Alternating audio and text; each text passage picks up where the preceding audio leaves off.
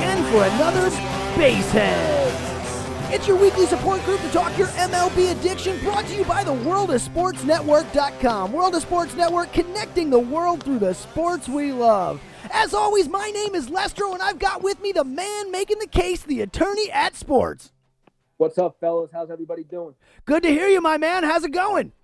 Not bad, not bad. You know, I'm just getting over a cold, man. So if I sound a little raspy, my fault. I'm just getting over some allergies, man. It's bad out here in New Jersey, man. I'll tell you, on me, man. It's crazy. It's always bad in New Jersey as far as I'm concerned. And coming with me on the other side he's not a realist, he is the realist, Cisco the Realest. How's it going, brother? What's going on, my man? Things are going good, man. It's still like the attorney, but with the allergies, with a cough, and that's been for the last 2 weeks, man. Things has been horrible in New England, but MOOKIE BETTS still going, man.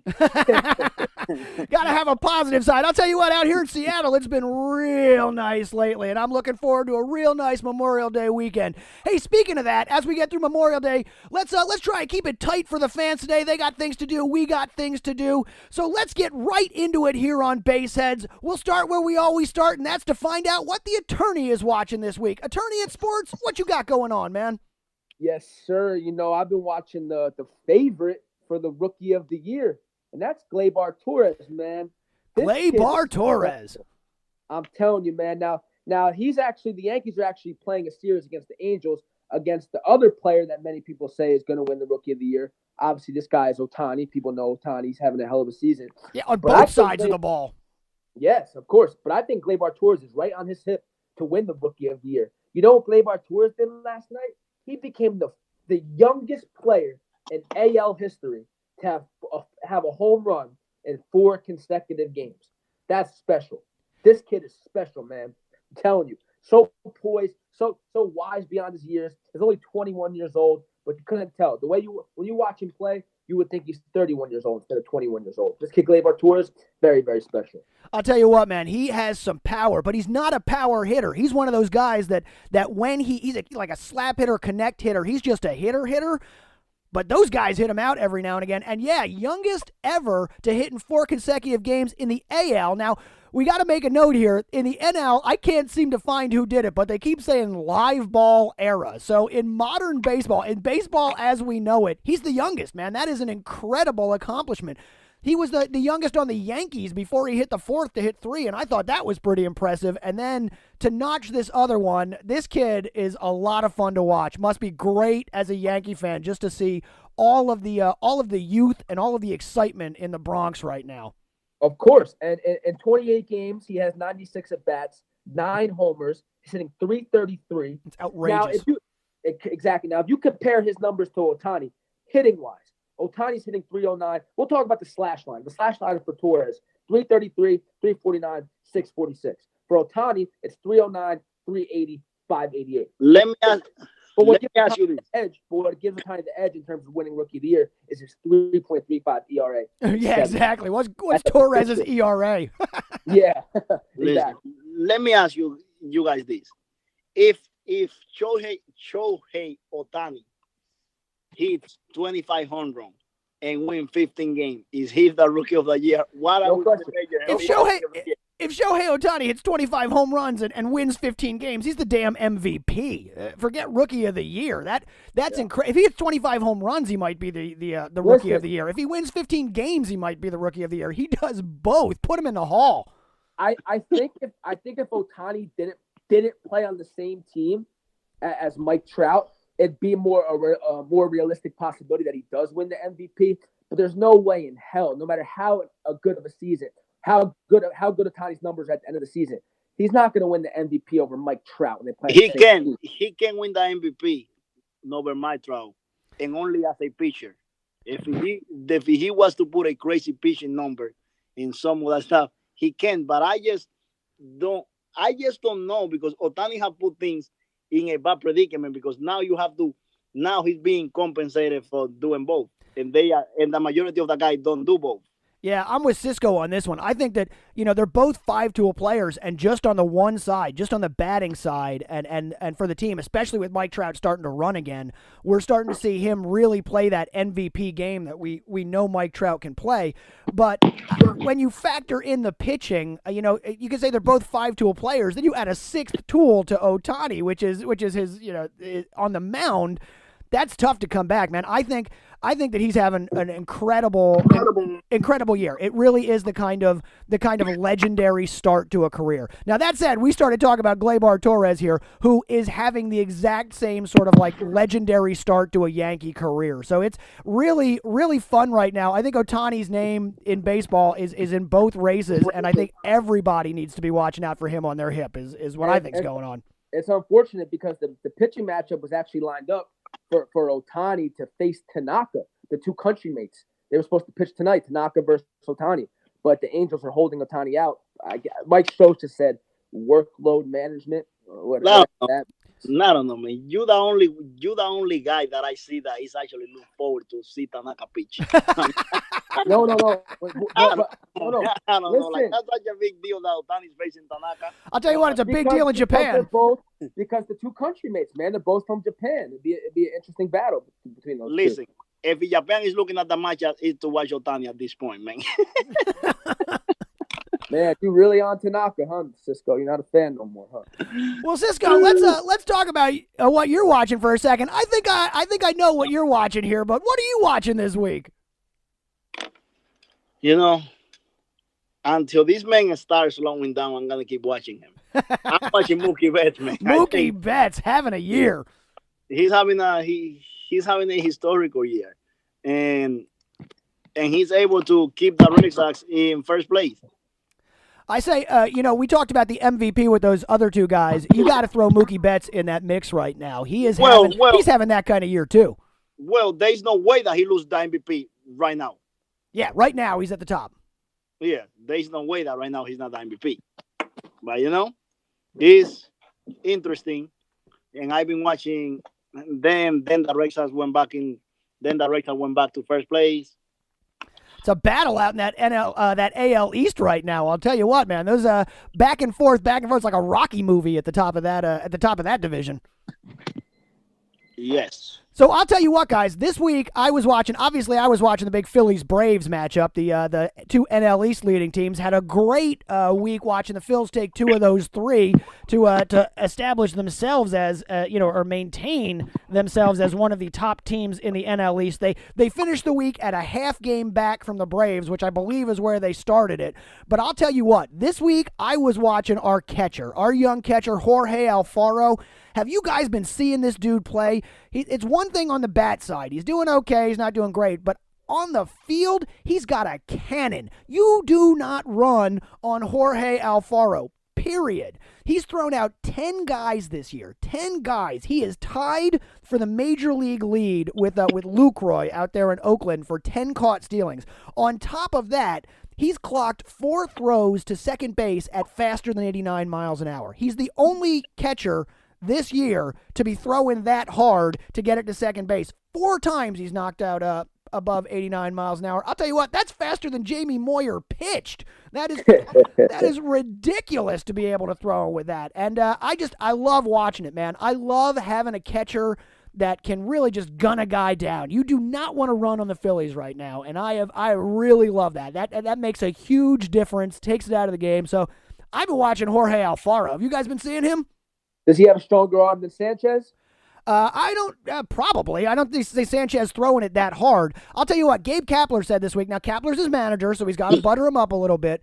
After one of the throws that ended a game, a 9th inning throw to win the game down at second, Gabe Kapler said, "I've never seen anybody throw like that, and I played with Pudge." So that is some high praise coming out of the Phillies management of the young kid down there. So. How is his game? How is his game calling?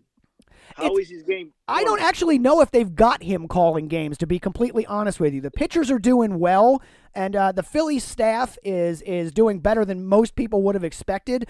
The pitchers love pitching for him, but I don't actually know if Alfaro is the guy calling the games at this point or if it's coming in from the dugout. I'll look that up for next time, but that's a good question because that really is a key component at catcher. I don't know who's calling him right now. If I had to guess, I'd say Gabe Kapler because he's that kind of guy. Wait a second. You talk about throws. Did you guys see Aaron Judge's throw last night? Oh, man. 100 miles per hour. Two of them. Field to second base. 100 miles per hour. Had two of those throws last night, didn't he? Yeah. Yup. But the first one from that in the corner to second base, 100 miles per hour. That's a gun. Ridiculous. And Cisco, this goes back to our argument last week about how you say right fielders aren't that valuable. Shortstop's more valuable than right field. You're throwing out runners trying to take an extra base at 100 miles per hour. That's pretty valuable in right field. How often do that happen? Yeah, it's not a shortstop though. Let's be honest. If your shortstop can't make that throw over to first base, you get a right fielder who makes that throw one time a game. You're in good shape. You know what I mean? Hey, I'm just saying, man. Right field. Yeah, but that doesn't happen very often. Not that many people can do that. That's true. Judge is a special player out there, too. You guys and the Yankees right now, it is an embarrassment of riches. You know what I mean? I look at that Yankee team, and it is that, like, late 90s. Not that – you can constantly compare them to the 98 team because of the way they're winning and the way they're playing, and I don't think that's the team to compare them to. I think that Yankee team looks a lot like the 96, 97 team. You know what I mean? Where they got the youth coming up as opposed to buying the players to stock the lineup around them. This is not a maintain a championship year. This is oh, shit, we got a championship team year. Speaking about adding to the riches, who just came back for the Yankees? Who's that? Greg Bird. Greg Bird coming back to the Yanks. That's going to be that's second base, right? No, first base. First base. That's 30 home run potential right there in the middle of the order. Again, embarrassment of riches. Can the Red Sox keep up is going to be the question. I mean, sure they've got Mookie Betts. Sure they've got Mookie Betts having a great year. They've got great years coming out of other guys too. But I don't know, man. Even if the Red Sox keep up this year, that's a Bronx steamroller coming at you, man. Cisco, remember when you said the Red Sox were playing well because of Hanley Ramirez? They just sent him down to the minors. No, bro. they DFA'd him. They didn't even just send him to the minors. They designated him for assignment. He is available if you'd like to pick up Hanley Ramirez. He's done, bro. I've never been a fan of Hanley, bro. He just goes through the motions, it seems like, bro. Just the way he plays. It's like he's got talent, sure, but he don't care about the game, man. I'm just, from what I see, the eye test tells me talent's there, but damn, can you show some effort? Can you show some passion? Can you pull your pants up? Can you cut your dreads? Look like a ball player, man, What do you think, Cisco? What do you like Hanley Ramirez, how he's playing? What do you think he's going to end up somewhere? Or what's the word in Boston about them DFAing him? Well, this is the thing. The Red Sox, let's be realistic here. The Red Sox let him go because they don't want to pay him that $22 million next year. Yeah, he had a trigger. If he would have got a certain amount of plate appearances, they would have paid him, I think, $20 million or something like that. I think if he was living up to the contract, they'd keep paying him. This is the Red Sox. It's not like they don't have the money. They do have the money, but they don't want to pay him that at this point. Yeah, I agree. At the level he's playing. And Pedroia is back now. You guys think Pedroia has something left in the tank or no? I think Pedroia is one of those guys that if whatever he has in the tank, he's going to give everything he's got every game. And Pedroia is a guy that makes players around him better because of the way he plays. He's like Chase Utley. You know what I mean? Like, I would still sign Utley now, even though he's not an everyday player, because of his intensity, because of the way he plays, and because of the way he gets other guys around him to play, just by that leading by example. I think Pedroia is the same way. That is another guy that really is balls to the wall every game, and you need that. The player they DFA'd Hanley and the player they activated, Dustin Pedroia, it's night and day with the type of player that they are. Yeah, and it's going to make a difference on that Red Sox squad, I think. Big time. But mind you, he's 34 years old, coming off serious knee injury. But you made a good point, Lestro. He will give you everything he has. He'll play balls to the wall every game. But you got to, the ceiling is not too high. He's very different because Pedroia is the heart and soul of the Boston Red Sox. He won the MVP. He is a guy that he had to beat a lot of odds to be in baseball, being that short, being a little guy. Like, it's very different. Name the college you went to, Cisco. Oh, I don't know this one. No, I don't remember. Okay. Arizona State.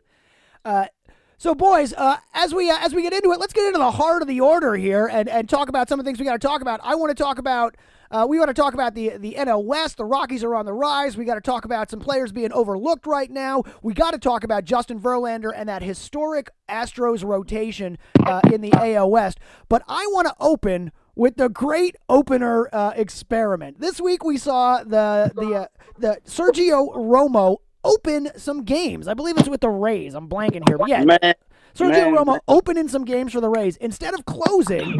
They had him pitching like one inning in the beginning of the game to get through the first couple of hitters, and then they would bring in their, the term doesn't work, but their starter, their long man, their main guy. This worked kind of effectively the first time they tried it last weekend. It didn't do as well the second time because the rest of the staff gave up runs.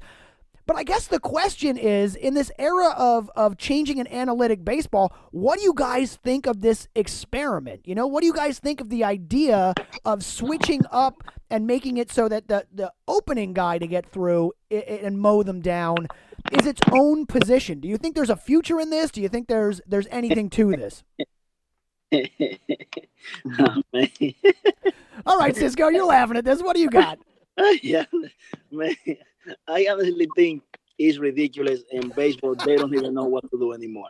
They're trying to make the game more fun, and it's not. It's not more fun. So what are they gonna do now? What are they gonna call? Like they're gonna make a new stats? Like first inning success, right? For the reliever. Like what are they gonna do? Listen, play the game the way it should be. And if you want to be more effective, listen, back in the days, there were no closers. Before, there were no closers. That's right. The reliever used to come, and then at one point, the closer used to come and threw 3 innings and close the game, like totally through like 3 innings. Like before, there was like no closer, so no. It used to be a point of pride that the guy who started the game would finish the game. You had 9 players who played the game. There were dudes on the bench if you needed them, but generally speaking, back in the day, you had 9 guys, and the 9 guys played the full game. Baseball's been changing, and we were talking a little bit offline here before the show about the analytics style managers. This feels like an analytics move to me, and I'm with Cisco. It feels like it takes some of the heart out of baseball. The thing about baseball is it's so organic and so real that to take it and make it a game of math, it may work, but I don't know how I feel about it. Attorney? Isn't this going to end up, if the Rays continue to do this, isn't that going to end up, kind of destroying their bullpen? Because if you start a closer, you're not going to let that closer pitch 1 inning and then have a starting pitcher come in and pitch the rest of the game. Starting pitchers are creatures of habit. They have to have everything on point and have their routine down pat. So if the closer starts the first inning, the rest of the game is going to be a bunch of relievers and long relievers pitching for those 8 innings. And eventually, that's going to wear a bullpen out. Wouldn't you agree? Absolutely, and I think you're absolutely right about starting pitchers being creatures of habit, and the guys who get bumped and don't play that initial first inning or first and a half or whatever it's going to be, I think those guys are not going to perform as well. So if this goes on, you're not going to see it for the top couple of guys in the rotation. You're still going to start your starters that can start.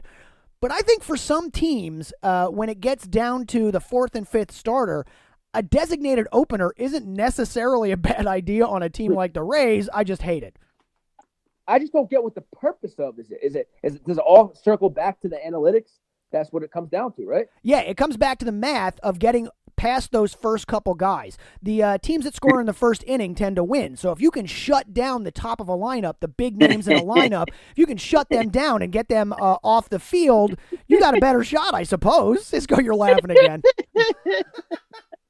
I mean, I don't understand, and I'm not trying to understand. There are some things in life that I don't want to understand. No, it does make sense with the analytics part of it, no doubt about it. Like you said, Lestro, the team that scores first in the 9-inning game usually comes out on top. So if a closer whose job that he's used to getting those 3 batters out, only 3 batters and only 1 inning, it makes sense to make sure that team doesn't score in the first inning. So if you look at it from an analytics standpoint, those are also usually the 3 best batters in the lineup too. You know what I mean? You're going to put your top hitters in the top. I just don't think it's going to go. I think like we refer to it as an experiment. That's exactly what it's going to be. It's going to be an experiment. I don't see all teams doing it. I don't see many teams doing it. Maybe one or two other teams might try it out, but I'm terrified. I'm terrified the Phils are going to try this out. This seems like a Gabe Kapler move to me. Cisco, this is what they should do. Develop better talent, because if you're good and play the game the right way. That's what they should do.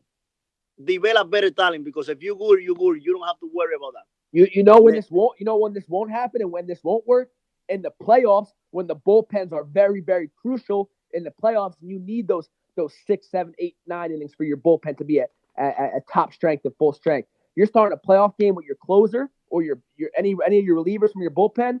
What are you going to do in the 7th and the 8th inning and the 9th inning when you're in a 1-1 playoff game? What are you going to do? Use a starter? Yeah, right. Listen, attorney. Look who's trying to do this, man. The Tampa Bay Rays. Let's be serious. Do you think? Hey, we're going to be serious. We can't talk about the Rays.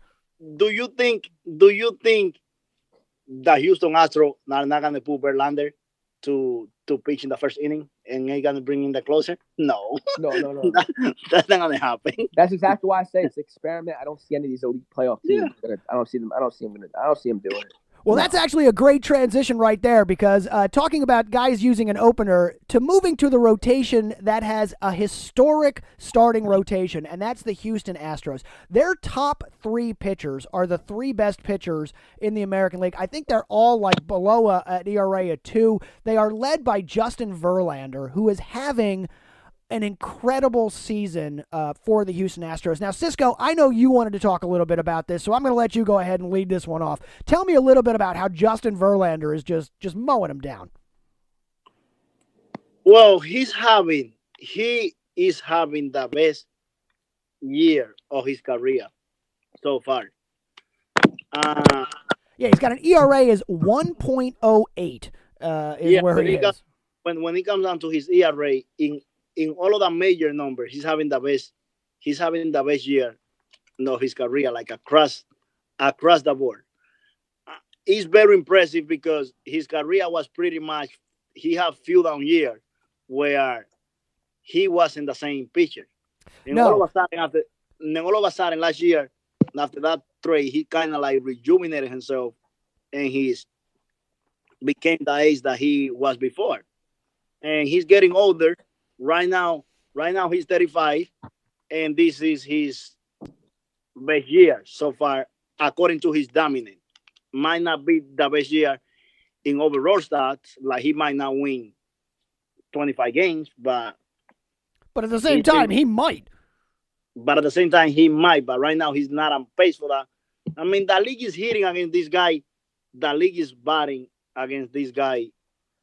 The league is batting a ridiculous number. 148. The league is batting against this guy. That is absurd. And his ERA is 1.08. And his whip is 0.71. That's historically good, man. Yeah, now he's not, and he's leading a rotation that's the same way. The Astros have allowed 126 runs in their first 50 games, which is the fewest in the major leagues, and a record in the live ball era. There's that phrase again, the live ball era. A record in that. The previous was 128 through 50 games, and so they've got 126. Their team ERA is down to like 239.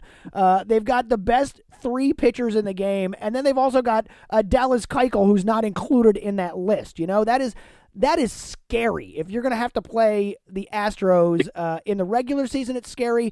But looking ahead to the postseason, as Attorney points out, man, this is not a team that needs an opener. This is a team that's going to just steamroll you. Right now, the Cy Young is between their 3 pitchers. All 3 of them. The Astros are the only ones in the discussion right now. And Kluber again too. Well, you got to include him just to have some spice and some flavor, but there's no way they're touching the 3 on the Astros. Did you guys watch the Kluber versus Keuchel matchup last night? I did not. Kluber got the upper hand, man. You know, they both went 6 innings. Keuchel, Kluber.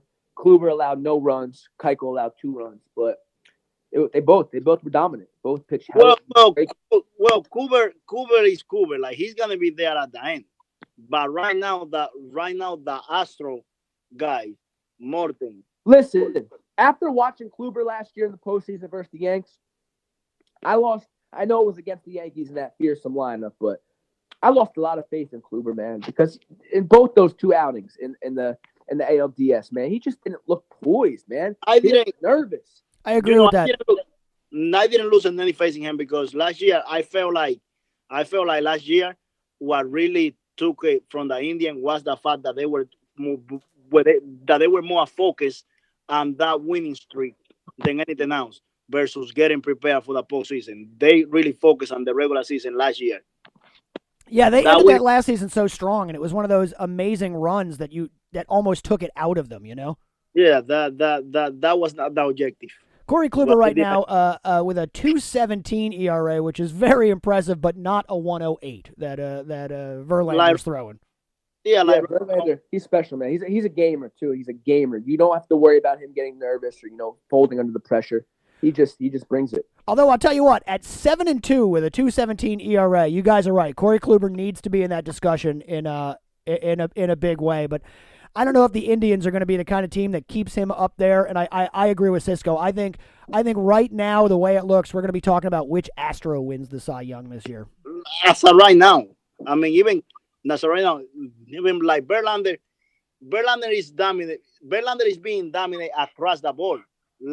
Like I didn't even mention a strikeout. he's been striking out. He's been striking out people like crazy. Like he have 93 strikeouts. Yeah, that's a lot. That's a lot at this point. Yeah, 93 strikeouts, 15 walks. That is a heck of a ratio. 93 strikeouts. Game 7, who would you rather see on the mound if you're a fan of the team? Justin Verlander or Max Scherzer? That is an excellent question. Well, Justin Verlander, you'd rather see because he's been more proven in the postseason. He's actually, like right now, Max Scherzer, this is the only time that I can say, Max Scherzer is the best pitcher in baseball, but I don't know because Verlander is pitching the way he's pitching, and Verlander is doing it in the American League. And even when Verlander played with Max Scherzer, Verlander was better than Max Scherzer, but no, not yet. Okay. Max Scherzer 8-1 with a 2.13 ERA right now for the Washington Nationals. That's a hell of a record too. I got one more. I got a better question. Now, I believe Max Scherzer is 34. If I'm not mistaken, Justin Verlander is 35. Yeah, that sounds about right. Okay. You have to give one of these pitchers, either Scherzer or Verlander, a 5-year contract worth $200 million right now. One of them. Which one are you giving the 5-year deal to? Man, that's a no-brainer, yo. Max Scherzer. Yeah, I agree. Max Scherzer. He seems to be, the way he pitches is more built for consistency in the future. He's got that Cliff Lee style, sort of like compact, ready to go. Verlander. Oh, I don't know, man. His motion is a little bit herky-jerky, man. It's quick and no. Max Scherzer always has an inning every time that he walk somebody or 2 people get on base and then he allows 1 home run. But Max Scherzer, he's just a home run. He give up 1 or 2 home runs sometimes, and that's what killed him. It's not like he get killed like they break him apart. No. Well, we know Verlander's a Hall of Famer. Is Max a Hall of Famer? Yes. 3 Cy Young. 3 Cy Young awards. You almost have to put him in the Hall of Fame. That's yes. Tough to keep out. His best year. He's 33, going on 34 soon. And his best year are still ahead of him. Especially if he can get to the World Series. If he can get the Nationals into the World Series and pitch as well there, because that's what Verlander's got on him. Verlander now has the ring. Verlander has that postseason success. Scherzer, on the other hand, is still. I mean, he did well with the Tigers back when he was there, but it's not the same. He doesn't really have the cachet. Now, as an everyday pitcher who's going to go out and kill you, Max Scherzer's not a guy you want to face, but Verlander's still flashier. Answering your question, though, I would probably sign Scherzer. I would think that he's probably got the better years ahead of him just by the way he pitches and the way he throws. Whereas I think Verlander might be getting near the end of it. You know what I mean? Like he could be on his last couple of years. Where I think Scherzer is the kind of guy who could pitch into the mid-30s, till his 40s. You know what's crazy? If I'm not mistaken, Scherzer was still there at this time, but at one time, the Tigers had Verlander, Scherzer, and David Price in their starting rotation. That was back when they were competing. Yeah. That's crazy, man. How did that team now? Is that the year they made the World Series? 2012, 2013? Somewhere That in was the range. year. That was the year. That was the year Mike Scherzer won the Cy Young. Oh, yeah. Scherzer won the Cy Young with Detroit in 2013 was when he. So, yes. Yes, Mike Scherzer won the Cy Young. David Price, Verlander, Max Scherzer in the same starting rotation. That's scary. That's scary. It's not Astros level good as they are right now. I mean, you look at it on paper and go, damn. But I don't know if it would compete with this current Astros lineup right now. That is a hell of a lineup down there.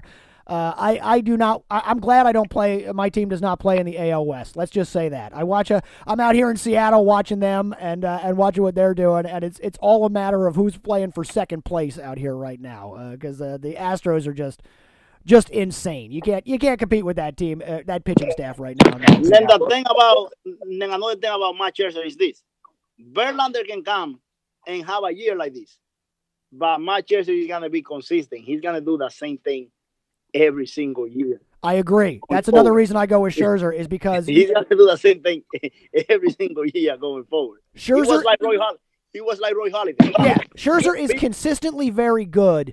Verlander is alternately great and good. You know, like Verlander's never a bad pitcher. He's at his worst. He is a very good pitcher. Scherzer is consistently very good. You know what I mean? Whereas Verlander is one of those flashes of brilliance. Okay, looks like a pitcher kind of guy. You know? Yeah.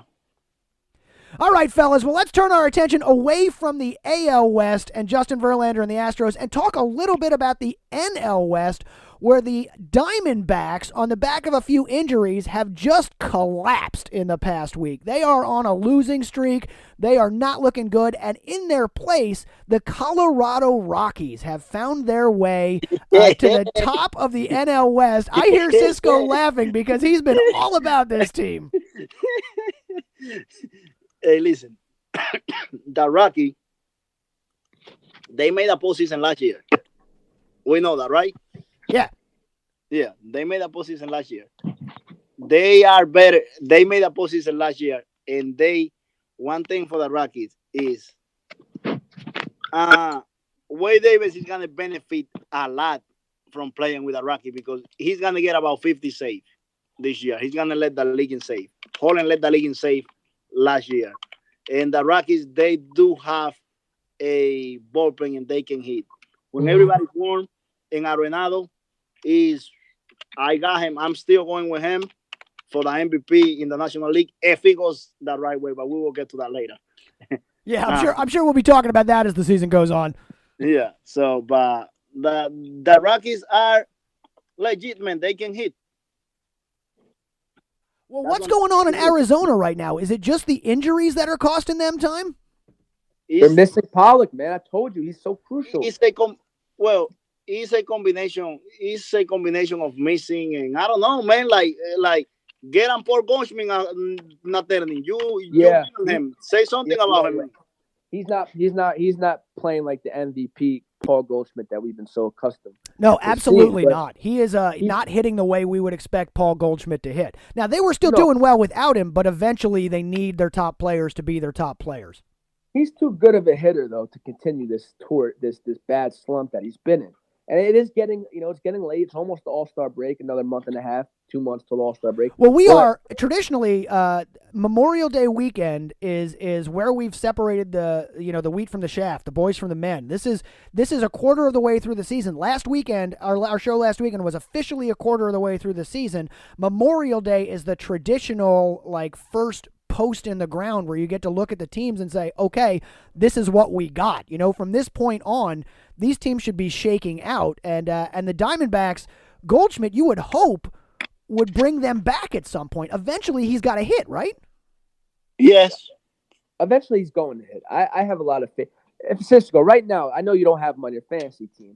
But want to know how much faith I have in Goldschmidt? If you were to offer me a trade, giving me Goldschmidt for one of my players, an elite player, I would do it because I think once the second half of the season kicks off, let's find out. Let's find out who has him, so you can make the offer, man. Because I think right now they will give it. Well, it depends. Right away. We've seen the past I think since 2012 actually. Goldschmidt has never hit below 300 in a season. What's going to make it change this year? He's too good of a hitter. I'm not gonna doubting get that, but hot. right now, but we're talking about your fantasy team. I'm pretty sure the person who has them right now is willing to give up. So let's make that trade. Now let's be clear. It's not just Goldschmidt not hitting. The Diamondbacks, according to a stat I'm seeing, the Diamondbacks entered Friday's series opener with the Athletics, a game they won, snapping a seven game losing streak. They beat the A's. When they beat the A's, coming into that game over their past 14 games, where they'd gone 1-13, they were hitting 174. The whole team average at 174. Man, you can't be a serious contender anywhere if your whole team is hitting below the Mendoza line. Come on. Lestro, what's their team ERA? I would love to hear that. I don't have that one in front of me, but I will pull it up in just a second. Let me see if I can find that for you. Listen, they Frankie, Robbie Ray hasn't had the season he had last year. You know, Corbin's been okay, but he's coming back down to earth. The Diamondbacks as a team haven't played well either side, offensively or pitching. But their defense has been great. Their bullpen's been great. Their team ERA is 3.35. Yeah. Team ERA 3.35 right now. Not bad, but when you're only hitting 174. Yeah, exactly. There you go. You're averaging what, 2 or 3 runs a game, and you're giving up 3 runs a game, almost 4 runs a game. There you go. That's why you're not going to be in a good team. But I guess the question here going forward is: Do you guys have faith in the Diamondbacks, or do you have faith in the Rockies? Because the Rockies have been good, not great, whereas the Diamondbacks started hot and then fell apart. It looks like the NL West is the kind of division that could be anybody's to win. A good team like the Rockies can win it. But this is the thing about the Rockies. The Rockies, they are a good team, and they are not even performing the way they are capable, and they are right there. Imagine when things start going for them. But you could say the same thing for the Diamondbacks. I agree with that. It's the exact same argument we're making on the Diamondbacks, that they're just not pulling it together. But what about San Francisco? If they get Baumgartner, they right there. You know what, Cisco? Last week you mentioned that, and I kind of jumped the gun and say, "Yo, Cisco, be realistic. This Giants team's not." But you know what? This Giants team, they still have that championship pedigree at the top. They still got a lot of the guys. Yeah, they still have Bruce Bochy leading that team. They still have Buster Posey, who has won 3 World Series championships. Then you're getting Bumgarner back. Longoria's getting hot. McCutcheon's getting hot. Don't count out this Giants team, especially if they make the postseason. Well, that's the big question. I mean, we talked before about wild card teams and where they might come from, and I think each of us had an NL West team as one of our wild card teams going in, and I don't know if that's the case right now. That whole division is not performing in the way that we expected coming into the season. Well, with the Giants, it's going to be about where they at when the trade deadline hits. If they're 10 games out of first place, they're most likely going to sell. Yeah, but if they're a game out or 2 games out, and it's July or end of July when the trade. I didn't mean All-Star break. I meant the trade deadline. Right. I'm sorry. When the trade deadline comes, which is the end of July, if the Giants are 2 games out, they're going to continue to make a run. But if they're 10 games out, that's when you're going to see the Giants, trade Bumgarner, maybe trade Longoria, trade McCutcheon. But right now, this Giants team's competing. The NL West is tough. You don't know who's the favorite in that division right now. No, the NL West right now is the second worst division in baseball, where the best team is at .529 in winning percentage, the Rockies. The worst, of course, is the AL Central, where the AL Central leading Indians are a game below 500.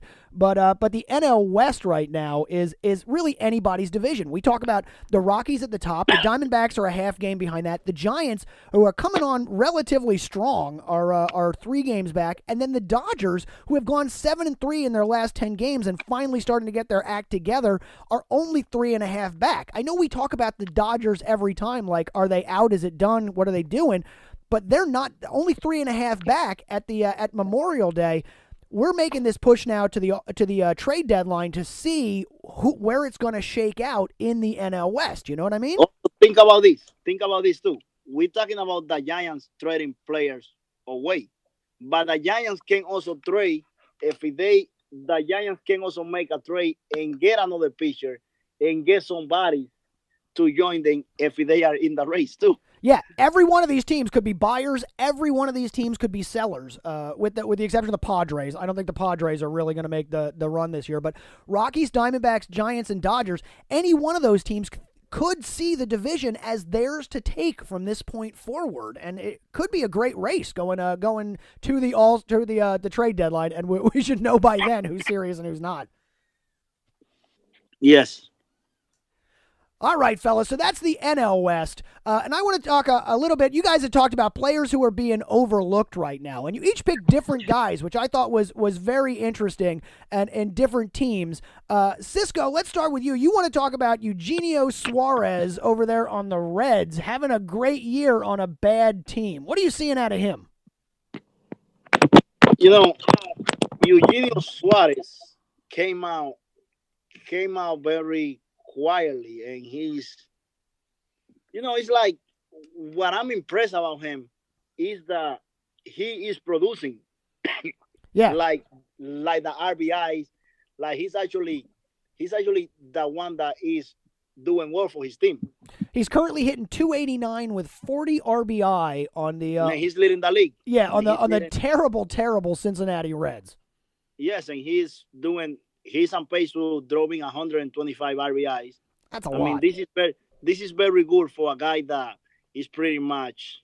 I don't know what to make of him. I mean, he's been a consistent player for them, and a good player, not a great player. Right, good, not great. He is well ahead of his pace. Last year, he only had 82 RBI. The year before that, he had 70 RBI. And already 40 this year. That is a very impressive start to this season for him. He's got his average up to 289. Last year he finished at 260. This is a guy that's playing pretty well for a team that's going nowhere. Well, looking at him, like, it got my attention because now he's 26. So let's say he has this year. Now this is a contract year. No, we probably can talk about him being a late bloomer, having this year, and then next year will be his contract year, being a late bloomer, somebody who emerged late in his career, like Nelson Cruz, like Encarnacion, like Jose Bautista. This guy, I'm going to have him on my radar just for that, to see what's going to happen with him.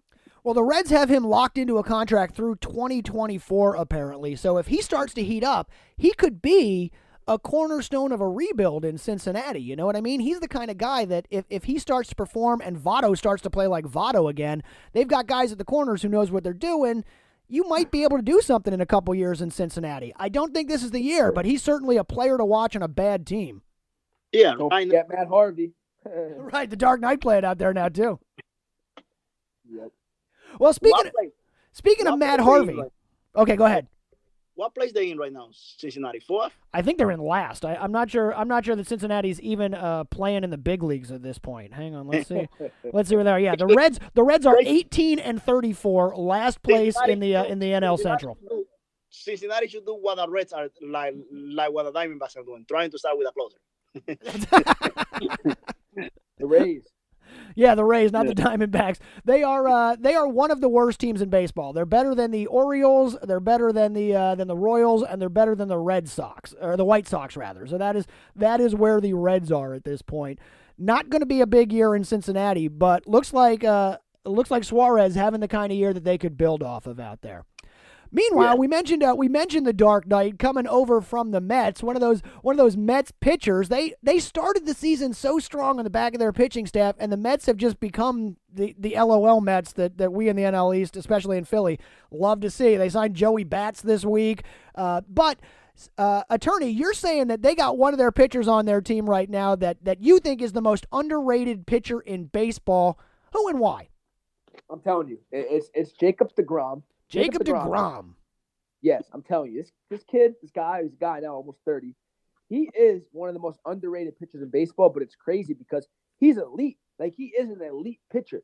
And when you talk about the top 3 pitchers of baseball, the elite pitchers, it's usually Max Scherzer, Justin Verlander, Corey Kluber, those type of guys. Nobody ever talks about Jacob deGROM as an elite pitcher in baseball. Even on his team, he gets bumped down a couple of notches because they got Syndergaard.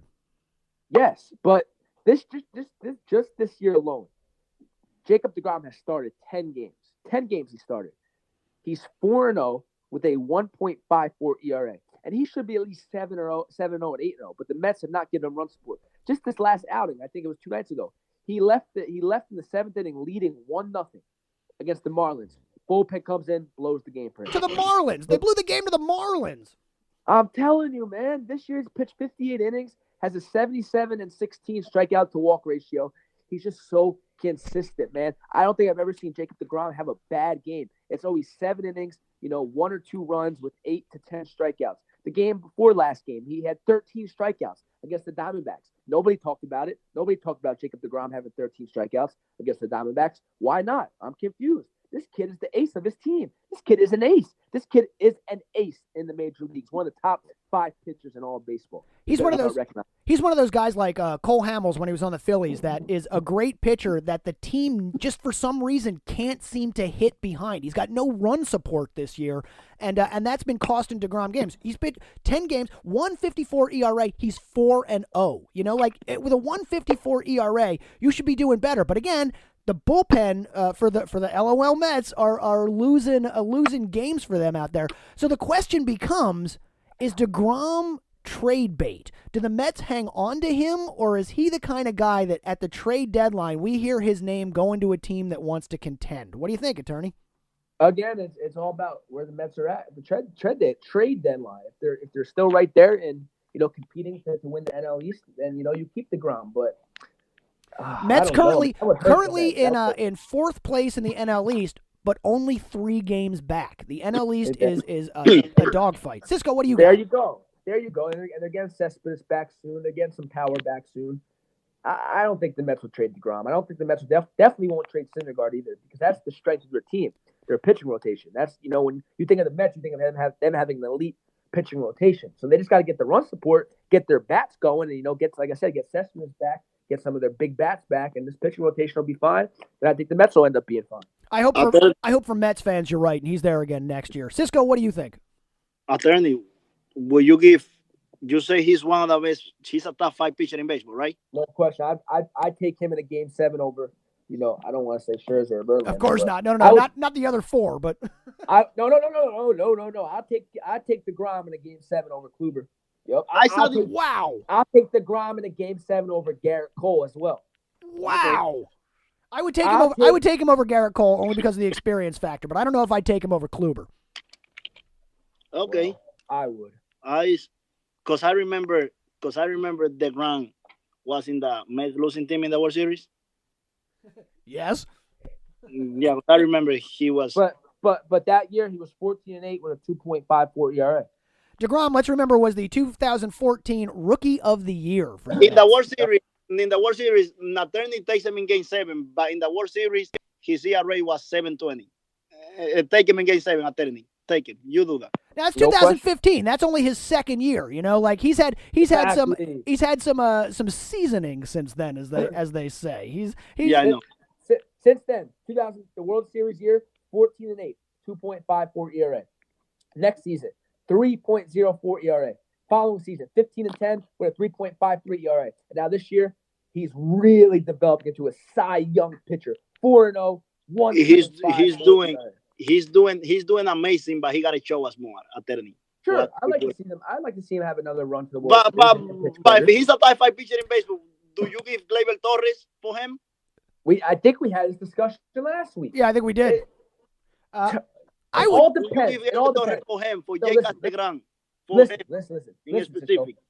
Cisco. Are the Yankees trying to win just one World Series, or are they trying to become another dynasty and win multiple World Series? That's the question. Yeah, but I don't think dynasty. If you have the pitching, Jacob deGROM is only 29. Jacob deGROM is only 29. Yeah, 100%. Win with GLEYBER TORRES. GLEYBER TORRES is only 21, hitting 9 home runs. Who said they gonna win with AL history? Hit 4 home runs, a home run in 4 consecutive games. All about pitching in the playoff. It's all about pitching. That's exactly right. Attorney, you were talking last week about the week before about how the Yankees, even with their team, need to go out and get pitching if they want to compete for the playoffs. And I agree that GLEYBER TORRES has an incredible ceiling and looks like a prospect. But Cisco's right, man. If you're looking to win and a foundation, you need to get guys like deGROM. And I don't know if I would trade Torres for him. I think the Yankees got a lot of young guys and prospects that they could still put a package together if they wanted. But I don't think the Mets trade him. I think the Mets need to hang on to him. And while as much as I'd like to see deGROM make a run to the World Series, I hope it's not with the Mets. Here's what the Yankees need to do. Okay, Brett Gardner's a free agent after this season.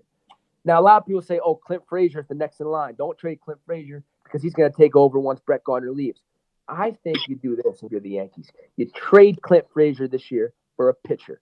Now people are like, oh, what are the Yankees going to do with left field when Brett Gardner's done with the Yankees when he's after this year? Listen, trade Clint Frazier, get that pitcher, and then sign Bryce Harper. Let me Damn, dude. let me give you an example of Gleyber Torres, of a guy that was like that. Over prospect that the Yankees traded that was supposedly big. Jesus Montero. They traded him for Pineda. And? Dude. We saw the result. We saw what happened. Montero disappeared.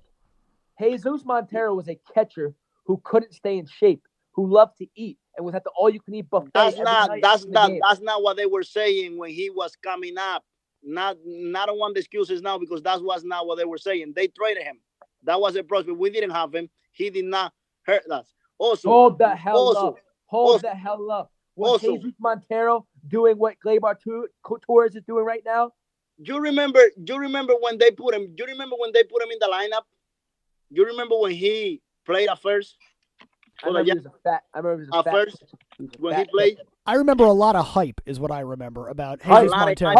Hype. Gleyber Torres has hype and is producing despite the hype. Yeah, I see Jesus Montero as the hype that Jorge Alfaro should have. Look, this is funny. In 18 games with the Yankees, Jesus Montero had 4 home runs, 12 RBIs, and he was batting .328. Just exactly like Gleyber Torres was doing. So. damn you and your stats. But were the people talking about the intangibles with Montero? Oh, this kid's poised. This kid's a great defender. This kid just looks like he belongs. They weren't saying that about Montero. They were saying, oh, this kid needs to lose weight. This kid needs to work on his work ethic. This kid needs to stay focused. Nah. This kid, Gleyber Torres, is ahead of the game. And way more ahead of the game than Jesus Montero was. The Yankees should have traded for Garrett Cole, man. They should have given whatever they can to get him, and he's proven why. That's what the Yankees should have done. Bro, we will have been the same. Garrett Cole would have had the same success pitching in New York City. Yes. You don't know that. Yeah, that's a different pressure playing in New York. But at the same time, you're coming in and you're playing for the World Series champs. You still have to produce. I know you're down in Houston. I know you're playing on the Astros and you're not playing on the bright lights of the Bronx. But when you get brought in to the World Series champions, you better live up to that. I'm so content with this Yankees team, man. In terms of of course I would love a pitcher. Who wouldn't? But if the Yankees don't go ahead and get a pitcher and keep their young core together, oh man. What's the worst that happens? They get to the ALCS again and lose? That's cool because we still have the young core. What happens if the Yankees go out and trade a pitcher, trade Gleyber Torres, and get to the ALCS and lose? Again, we don't have that young player no more. We have an old pitcher. No. You stay with the young prospects and the young players that are playing way ahead of their years, and you take the chance of not winning World Series this year, but winning multiple in the future. I am not advocating with you about trading Gleyber Torres. My question to you was, if DeGROM was a top 5 pitcher, if you would do it. So if you wouldn't do it, it shows you answering yourself. He's not a top 5 pitcher. But I think Gleyber Torres has the potential. I think Gleyber Torres has the potential to be a top 5 player in baseball. Of course, attorney. You are a prisoner of the moment. You always do that. You love to light people up. That's what you do. That's a prisoner of the moment. Your duty is to defend the guy that are right now. Shit. That's your duty. That's what you do. But if you really look at it, we have to wait. We have to wait to see how Gleyber Torres will answer later on, because the league is going to figure him out. They're going to figure him out. That's true, too. Gleyber Torres right now is the hot, fresh thing. Eventually, they're going to figure out how to pitch to him, and he could have a decline. The question will be, how does Gleyber Torres respond when the league figures him out? But for the moment, I agree with attorney actually on this one. One of the reasons I love baseball is because I love when teams come together. I love the long grind of the season. I love the long grind. I'm an old man. I love the long grind from season to season. You know what I mean? I don't need to win this year. There will be next year. And as long as the team is doing well, there's very few teams when you're like, oh shit, we got to go now because if we don't, we're losing it. The Yankees are not in a position to have to win now. If the Yankees win now, that's ahead of schedule. The Phillies are the same way. If the Phillies win now, they're ahead of schedule. Braves too. These are teams that have a couple of years really to get their legs under them and find their way. And I love that. I would not trade anybody from that Yankees core. I would try and get a pitcher for the run for the Yankees at the trade deadline. We'll see who's available. We'll see who's hot. But no, do not trade anybody on that core for the possibility of winning now. You go all in to win a World Series and trade, players that, young players when your championship window is closing. That's exactly right. Window it's just opening. It literally hasn't even opened yet. The Nationals are a team that need to win now. The Nationals are a team that need to get that pitcher and need to trade whatever young guy they got in order to try and get the pitcher to make the run. The Yankees aren't. The Yankees are at the The Yankees are at the beginning of their window, and that's Dodgers too, if they make a run, get hot. The Indians, their championship window's closing. Absolutely.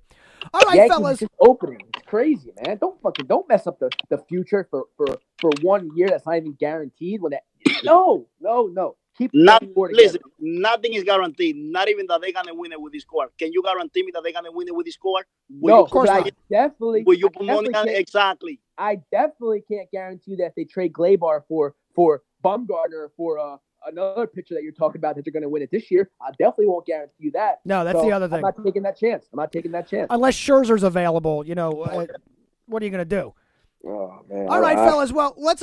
Speaking of windows closing, we are running out of time on the show here. We said we'd try and keep it tight. We failed miserably because there's just so much to talk about in baseball every week. But let's turn towards the end of the show here, and as we do every time, we turn to Cisco the Realest for getting that Realist Talk segment. Cisco, what are you talking about this week in the Realist?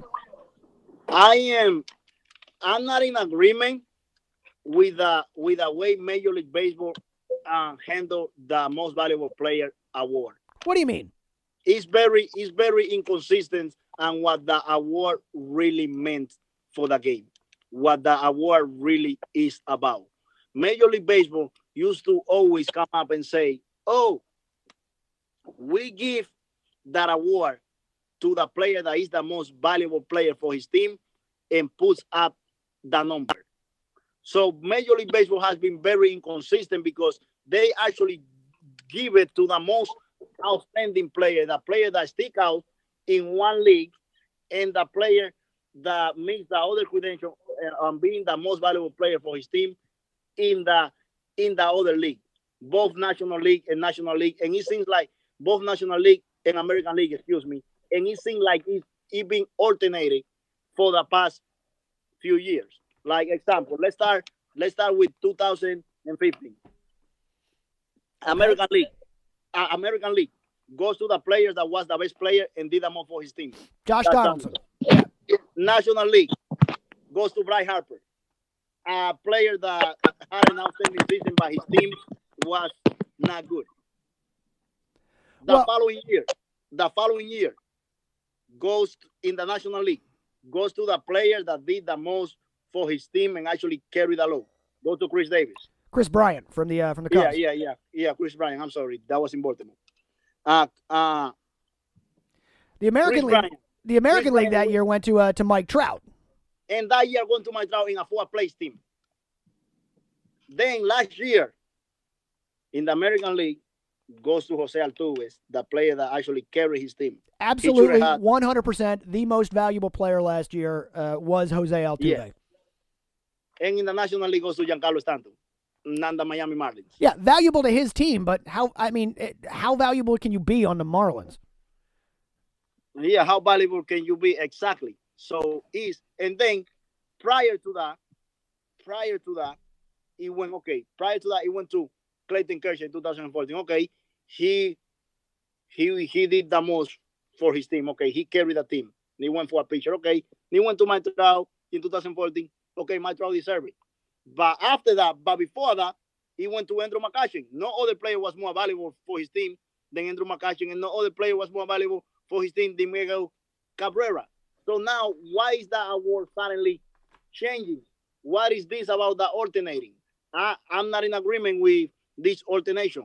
Make up your mind. What do you think? What do you think it should be, Cisco? Do you think this should be the guy, like in basketball, the MVP seems to go to the guy who has the best offensive year. It's really an offensive award. It's really the offensive player of the year, because in basketball the most valuable player is LeBron James, period. But they find ways to give it to other guys because they have great years. In baseball, it's the kind of thing that unless a guy really has the kind of year where you go, geez, you can't just not award that. It usually goes to someone who carries a load, like Jose Altuve. In the National League, Stanton had the kind of year where they said, man, we got to give him an award of some kind for this. What do you think it should be going forward? How do you think the MVP should be judged? Well, that's up to Major League Baseball. No, it's up to you. How should it be judged? The way that I would do it, keep the tradition going. Give it to the player that has a combination of both. Last year, the MVP in the National League should have been Nolan Arenado. Agreed. Nolan Arenado played better defense than Giancarlo Stanton. Was more valuable than Giancarlo Stanton. The only thing Stanton did better than Arenado was the power number, the home run. That's it. I mean, so this year, it's like in the MVP in MLB is like the MVP in NBA. In baseball, it's who hits more home runs. It's a power game. In the NBA, it's who scores the most. It's a points game. Everybody wants the flashiness. Everybody wants the explosion. When it comes to awards, that's how awards are won, how awards are voted on. It's wrong. It's wrong, no doubt. It should be literally the most valuable player. Who's the most valuable player to their team? But and that's not how it goes. People are so infatuated with stats and numbers, and that's usually what results in somebody winning an MVP. In baseball, like I said, it comes down to who has the most home runs.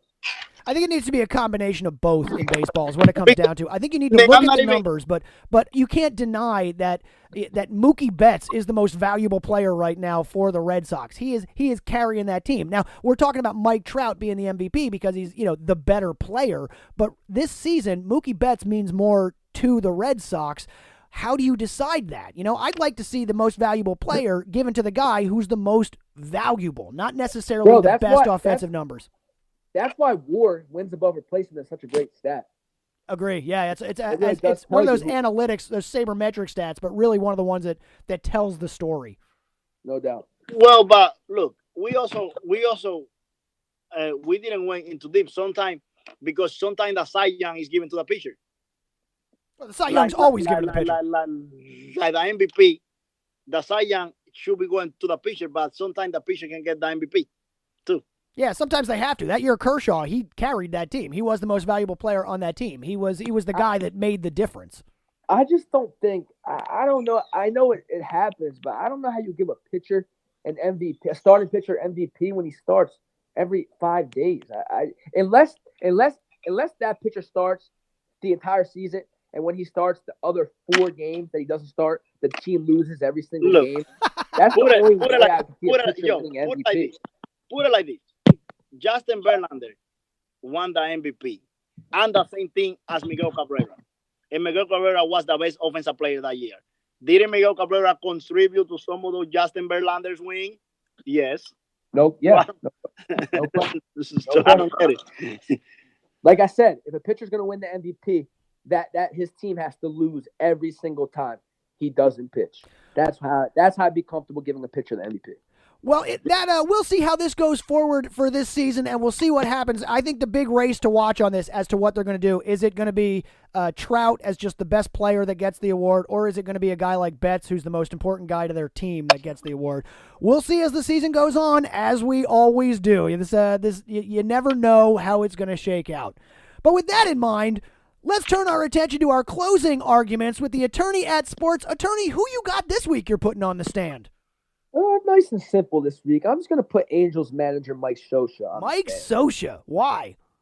Because, he didn't start Ohtani. He's preventing Ohtani from pitching against the Yankees, against the Yankees at Yankee Stadium.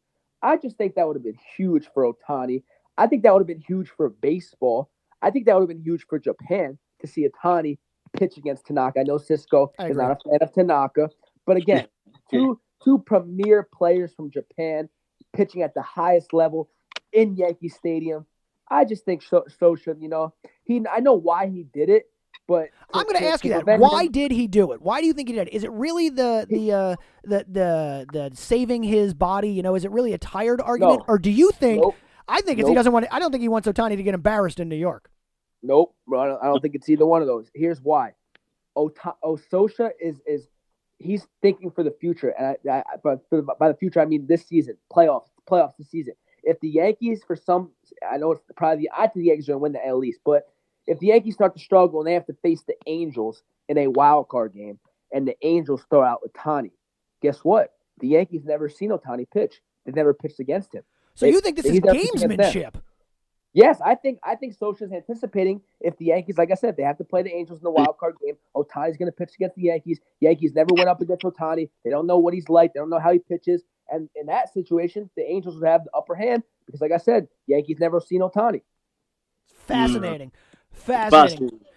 I'm with you though. I'd like to see that matchup. I think the fans would like to see that matchup. I think the entire country of Japan would like to see that matchup. I would love to have seen Ohtani Tanaka this week in the Bronx. I was thinking something totally different. What are you thinking? I thinking this is about my social. And I think this doesn't have nothing to do with the strategy. I think this is all about him.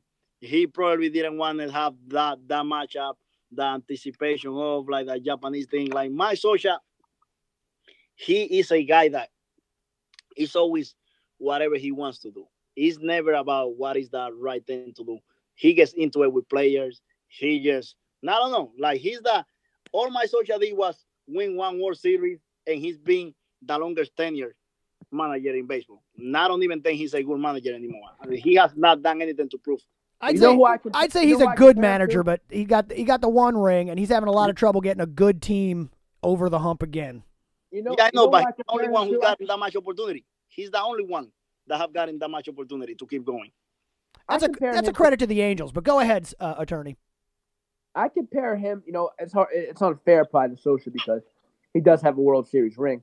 But I compare, in terms of like allowing mediocrity, I compare him to Marvin Lewis in the NFL.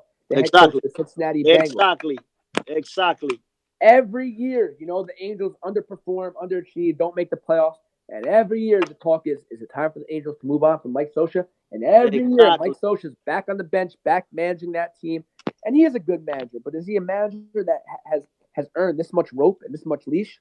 I don't know about that. What did you call it? Encouraging mediocrity? That's fantastic. Yeah. The guy from the Mets was a great manager. Terry Collins? Yes, he was a great manager. But guess what? They needed to move forward. Same with Dusty Baker. Joe Girardi was a great manager. Yeah. Joe Girardi was a great manager. Dusty Baker, same way. Good manager, couldn't get him past the hump, had to go. You know, like there's going to come a time in Anaheim where they're going to have to say, look, Mike, thanks for what you're done. We need somebody who can get us through here. Hey, I'll tell you guys this. After the supporting cast that they put around Mike Trout with Ohtani, Upton, Cozart, if they don't get it done this year, if they don't appear in the World Series this year, I think Scioscia's going to get canned. I think that could be the case unless Mike Trout really likes him and is like, look, I'll sign if you keep Scioscia, you know, and then True, good point, but there's just no excuses for them to not make a run this year with that team. And with that, let's turn to our final segment of the show. As always, we end with our fantasy players and what to watch. So let's talk a little bit of fantasy. Who are you watching this week? Who do you recommend, attorney? What's the fantasy word? Okay. I got one player. I got two players, actually, from the same team. San Francisco Giants. Number one, Brandon Crawford. He entered Friday with a 10-game hit streak, going 19 for 35, with 2 homers, 9 RBIs, a stolen base, 7 runs, and a 1.436 OPS during that hitting streak. He doesn't give you much power. Like I said, only 5 home runs on the season, but he's hitting .309. And if you're struggling for production from your middle infield, take a look at Brandon Crawford. Then the other player from that same team, true. From the same team, the San Francisco Giants, Brandon Belt. Brandon Belt has never hit more than 18 home runs in a season. And this year, he already has 11 home runs.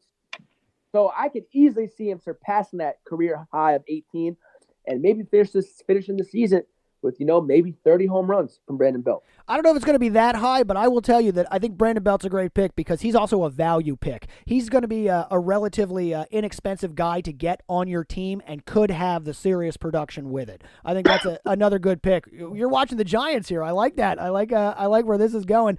Cisco the Realest, who are you picking this week in fantasy? The hottest guy right now in fantasy, like the most impressive one that's standing out. People already have them on the fantasy team, but it's GLEYBER TORRES. He's been very hot. In the last 7 games, he had 6 home runs, 360, 12 RBIs. Another guy that is doing really good quietly is Ronald Guzman, and he's available almost in every league. He's batting 318 for a home run and 8 RBIs. And another guy that is doing like he's an old timer, but he's can get you the wax and the consistency. Shin So-Chu, he's having in the last week. In the last week, yeah, he can be. The problem with him is the health. So, but he's batting 300, 1 home run, 1 RBIs, and he got like 5 walks, 2 stolen base. He's a good clubhouse guy. Help bring your fantasy team together. I want one player for you guys to drop. To have one player for you guys to drop. His name's Adam Duvall from the Reds. Now, last year, Adam Duvall hit 250, but had 31 home runs.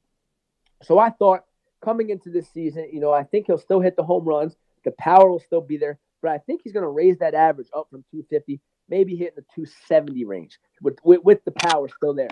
This year, he's only hitting 183 home run. He still has 9 home runs, so the power's there. But on my team, I can't have somebody hitting 183. I don't care how many home runs he's hitting. I need some batting average, man. I need some batting average at 183. That ain't cutting it. Send Adam Duvall over to the waiver wire. Cannot stay below the Mendoza line and play on the attorney's team. All right, boys. Well, as you know, I don't play the fantasy. I just watch the games, and I got to tell you, we got a huge matchup coming up this week. Starting on Monday, the matchup of the week, and I know you boys will be watching it, is the Houston Astros coming into the Bronx for an ALCS rematch. The Astros at the Yankees series starting on Monday. That is definitely the series to watch in the beginning part of the week. The other one that could be good is Toronto at Boston. Toronto right now playing in Philly. They're trying to do something, do anything. Boston trying to maintain the game. Another big AL East matchup. And then later in the week, on Thursday, the Washington Nationals head down to Atlanta to take on the NL East leading Braves at only 3 games or so back now. That is another series that could shift the dynamic. That is a big test for the Braves. It's also a big test for Atlanta. Then on Friday, the Dodgers, who will be coming off a home series against the Philadelphia Phillies, good team, not great team. It's a chance for both teams to try and prove themselves and establish themselves. The LA Dodgers, coming off that Phils series, are headed to Colorado to take on at the moment, the NL West leading Colorado Rockies. Again, 3.5 games back for the Dodgers. That's a series that could shift the power in the NL West because things are so close. So if I'm looking for games to watch this week, and I always am, I'm watching the Astros at the Yankees in the beginning of the week, and then at the end of the week, it's the Nationals and Braves and the Dodgers at the Rockies. That's the games I would watch this week. I don't know about you guys. Maybe Garrett Cole get benched because the Yankees have not seen him in the season. They save him. Maybe they save him till the end. Yeah. Maybe they say go to the end. And that's our show this week on BaseHeads. Thanks for listening.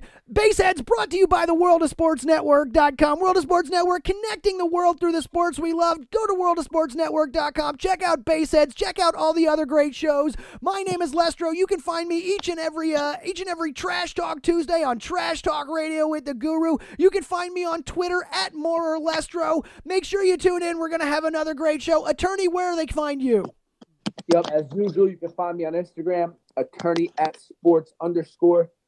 You can find me on YouTube on the World of Sports Network YouTube channel. I have my show, Sports in Order. Check out that Sports in Order show. Yes, sir. Just posted episode 5 today. Good show, real good show. And then we have this great show, BaseHeads, every Saturday. Me, Lestro, and Cisco. Keep checking us out. Keep supporting. We appreciate it. Anywhere you can find podcasts, you can find BaseHeads. Cisco, my man, where are you? I am on Instagram, Cisco the Realest, and I am also on Facebook, Cisco the Realest, and everybody has an opinion with Chan. We just lost the attorney today, and that's kind of sad. You know? Yeah, unfortunately, I had to back out if everybody has an opinion because my work schedule on Sundays. Certainly not that you don't have an opinion. We know that. Yeah, Cisco, Sean, I love you guys. You guys are my good friends, good co-workers, but I had to let you guys down. I'm sorry. All love, though. It's all love. Well, I'm sure we'll be back on it next week. And as always, you can find all those great shows once again on the worldofsportsnetwork.com. Until next time, I'm Lestro. That's the attorney. That's Cisco. Thanks for listening. Later, guys. Peace and love.